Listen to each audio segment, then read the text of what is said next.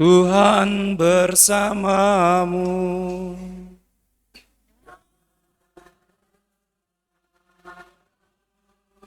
Inilah Injil suci menurut Lukas.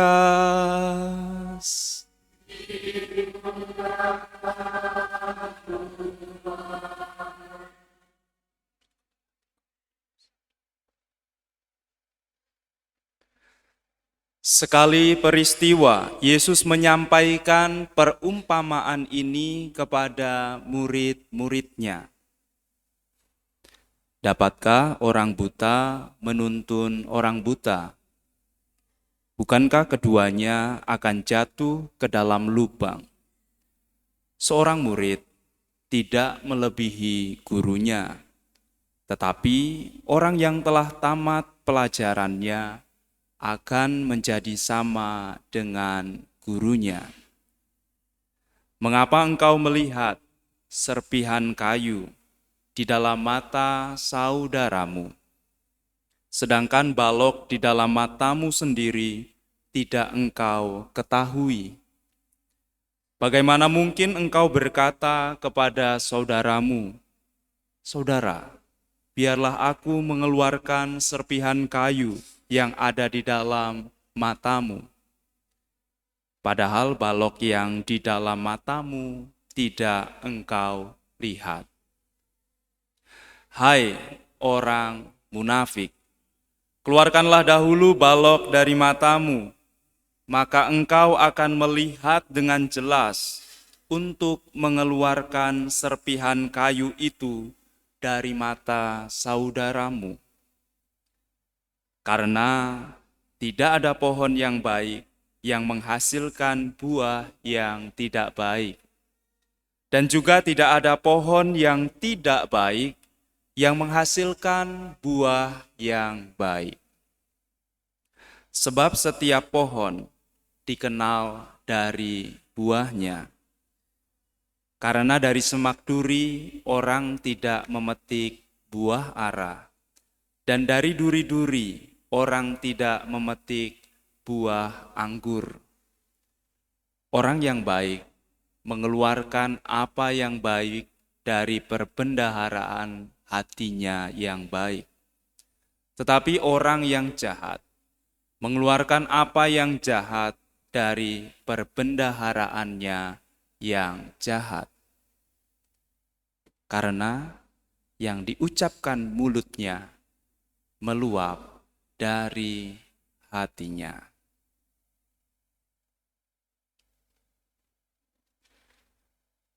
Demikianlah sabda Tuhan.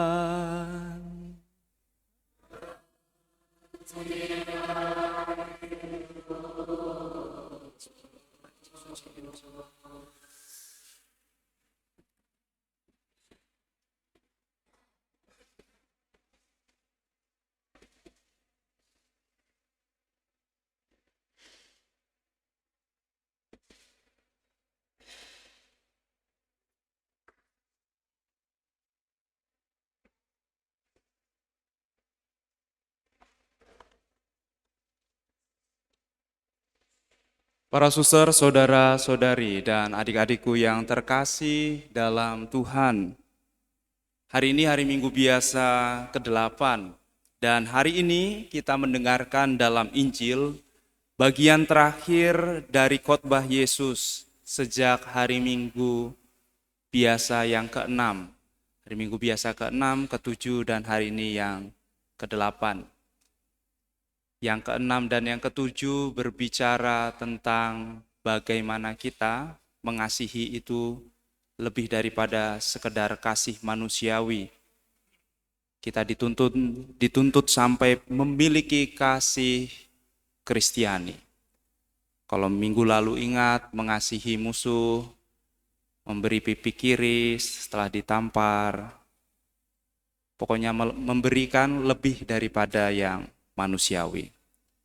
Dan pada hari ini, di akhir khotbah Yesus dalam Lukas 6:39 sampai 45 ini, setelah mendengarkan bagaimana menjadi seorang manusia Kristiani, tidak sekedar menjadi manusia saja. Kita menjadi manusia sudah sungguh amat baik, tetapi menjadi manusia Kristiani kita dituntun dan dituntut untuk sampai pada kesempurnaan. Hari ini kita ditantang untuk bisa menjadi seorang yang mampu meneruskan tugas sang guru.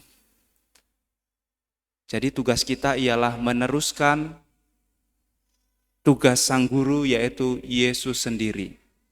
Tidak cukup menjadi orang baik, tidak cukup menjadi orang jujur, tidak cukup menjadi orang murah hati, ada tambahannya.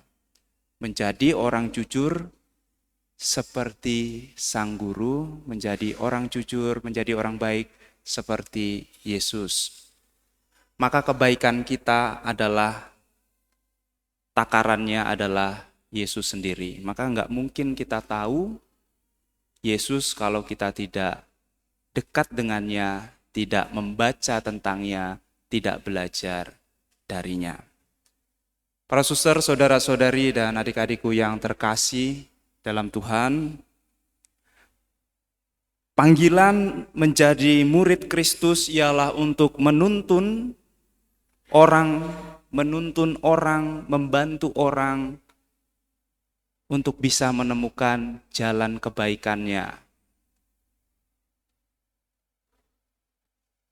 Baik itu di dalam masyarakat, baik itu di dalam lingkungan, baik itu di dalam gereja, maupun yang terkecil di dalam keluarga kita masing-masing, bahkan yang lebih terkecil lagi di dalam kehidupan kita sendiri. Panggilan menjadi murid Kristus ialah panggilan untuk menuntun orang, membantu orang menemukan jalan yang baik bagi dirinya, untuk membantu orang berjalan di jalan yang benar. Namun dalam bacaan Injil tadi kita mendengarkan bagaimana kita bisa menuntun kalau ternyata kita sendiri masih buta. Bagaimana orang buta menuntun orang buta. Buta akan kehendak Allah, buta akan kasih Allah, buta akan Yesus sang jalan kebenaran dan hidup. Tetapi jangan disalahartikan. Oh, karena saya juga masih lemah, saya tidak mau, dalam tanda kutip, menggurui orang lain. Bukan alasan. Panggilan kita adalah untuk menggurui, untuk menuntun satu sama lain. Tetapi sebelum itu kita harus introspeksi diri, melihat diri, memelekkan mata kita masing-masing untuk kemudian bersama-sama berjalan dengan saudara kita, kalau di keluarga dengan anak-anak kita, suami kita, istri kita, kalau di gereja dengan seluruh umat jemaat di dalam gereja. Bagaimana kita bisa membantu saudara, anak, sahabat mengatasi halangan hidup mereka untuk mengalami pengalaman akan Allah, kalau kita pun tidak introspeksi diri, tidak menyadari dan tidak bertobat akan cacat celah yang menghalangi kita untuk menghidupi cara hidup Injili. Cara hidup Injili yang seperti apa? Kalau para suster, para romo, biarawan, biarawati, salah tiganya adalah untuk hidup murni, sederhana, dan taat. Kita yang awam pun juga punya tuntutan untuk hidup sesuai cara hidup Injili ini. Hidup murni, sederhana, dan taat. Itulah cara kita membersihkan mata kita dari segala sesuatu yang menghalangi untuk melihat kehendak Allah. Mungkin kita dihalangi oleh harta, dihalangi oleh penghormatan, dihalangi oleh nafsu yang tidak teratur, dan semua itu bisa dibersihkan dengan mohon kemurnian, kesederhanaan, dan ketaatan dalam hidup. Itu yang bisa kita usahakan. Tetapi untuk menjadi manusia Kristiani, menjadi baik secara Kristiani, tidak cukup hanya dengan berusaha, tetapi kita juga harus memohon, karena hidup yang sedemikian rupa adalah anugerah dari Tuhan. Maka selanjutnya kita diminta untuk senantiasa belajar, selalu belajar dari Tuhan Yesus sendiri. Dan ketika kita lulus, kita tidak menjadi lebih daripada guru kita, tetapi menjadi sama seperti dirinya. Memiliki hidup, memiliki cara pikir, memiliki cara bertindak yang serupa. Dan itu tadi, harus diusahakan dan juga harus dimohonkan, karena cara hidup ini adalah suatu anugerah. Para suster, saudara-saudari, dan adik-adikku yang terkasih, pelajaran yang kita terima dari Yesus janganlah disimpan di dalam otak, di dalam pikiran. Kalau kita hanya sebatas menyimpannya di dalam pikiran, adik-adik yang baru belajar mau komuni, yang diajari oleh pendampingmu jangan hanya disimpan di kepala. Kalau hanya disimpan di kepala, kita hanya tahu tentang Yesus, tetapi bisa jadi kita gagal paham tentang hidupnya. Maka apa yang harus kita lakukan? Yang harus kita lakukan adalah menyimpan ajarannya, menyimpan teladannya, menyimpan kasihnya di dalam hati kita, supaya itu tersimpan dan mendayai hati kita.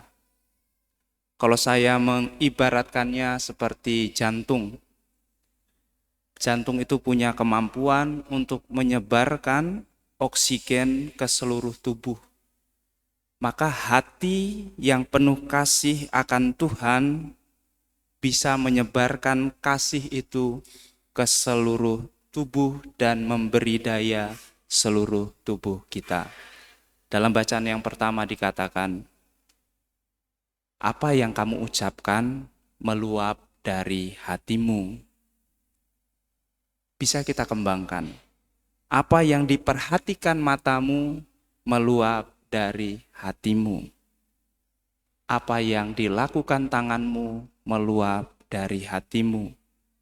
Dan apa yang dihasilkan oleh dirimu adalah buah dari hatimu.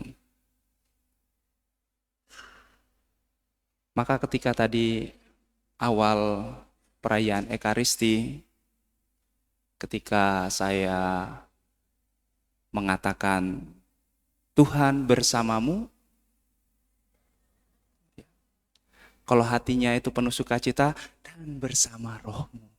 Tetapi kalau hatinya Tuhan bersamamu dan bersama rohmu.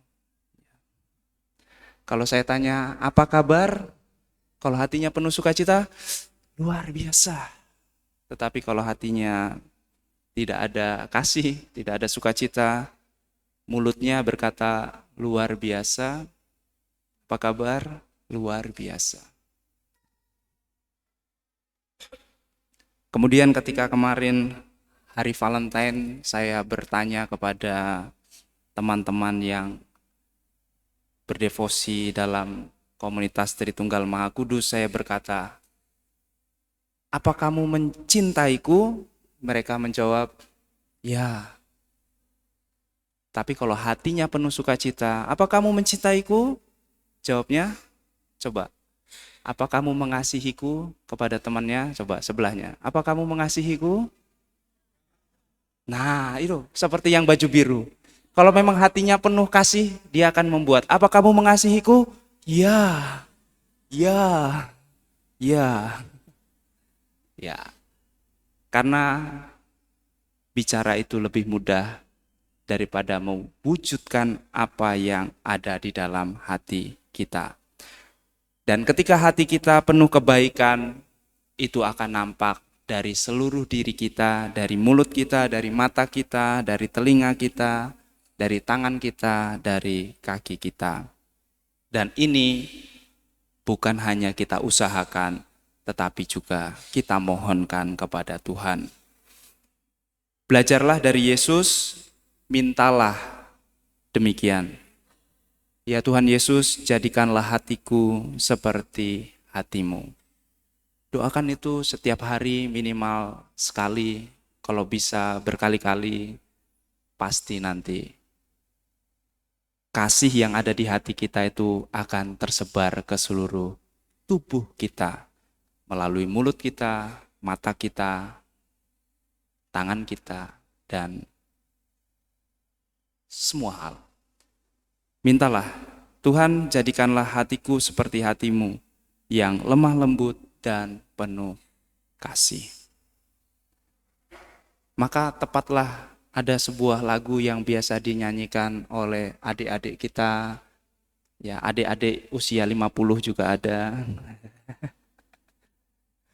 Ya, karena kemarin yang ketika saya hadir di komunitas KTM ya, itu saya berhadapan dengan adik-adik usia 70, adik-adik usia 60. Lagunya itu seperti ini, yang baju kuning pasti tahu. Dan mulainya selalu dari hati.